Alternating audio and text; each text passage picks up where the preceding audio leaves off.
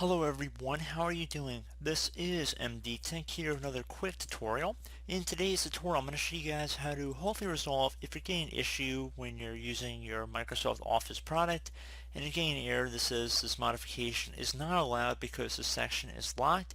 So this can occur across many different versions of the Office suite, and we're going to just kind of jump into how to hopefully resolve it. So one thing I do want to put out right first and foremost, if you're not running an activated or legitimate version of the Microsoft Office suite, as in you did not pay for it, this tutorial is not going to resolve your problem. However, if you have legitimately purchased or activated your copy of Microsoft Office, this tutorial will hopefully be able to resolve your issue. So we're going to jump right into it, and we're going to go ahead and start by opening up a web browser. I'm going to have a link to a Microsoft Fixit utility in the description of the video. I want you guys to just copy it out of my description and then go up and paste it into a web browser. So once it's downloaded onto your computer, I'm actually going to show it in the folder here. And if you're on Windows 10, you're not going to be able to run it directly, so I'm just going to close out of all this stuff here. And then for this Fixit utility, I've just dragged it over to the desktop. You're going to right click on it and then left click on Properties.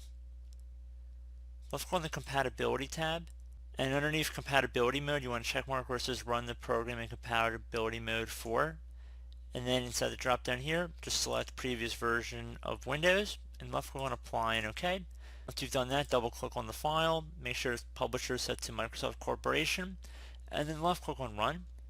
You want to agree to the end user license terms once you've looked through them, and then left click on Next.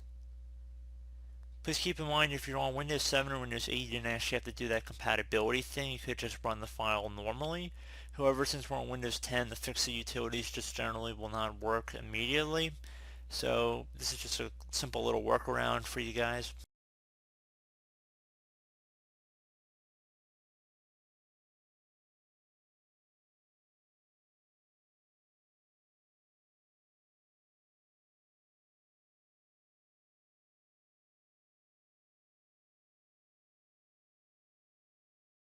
If you receive a user account control prompt, left click on Yes.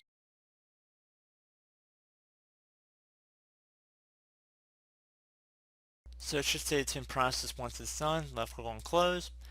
And then I would suggest restarting your computer, and hopefully it has resolved the problem.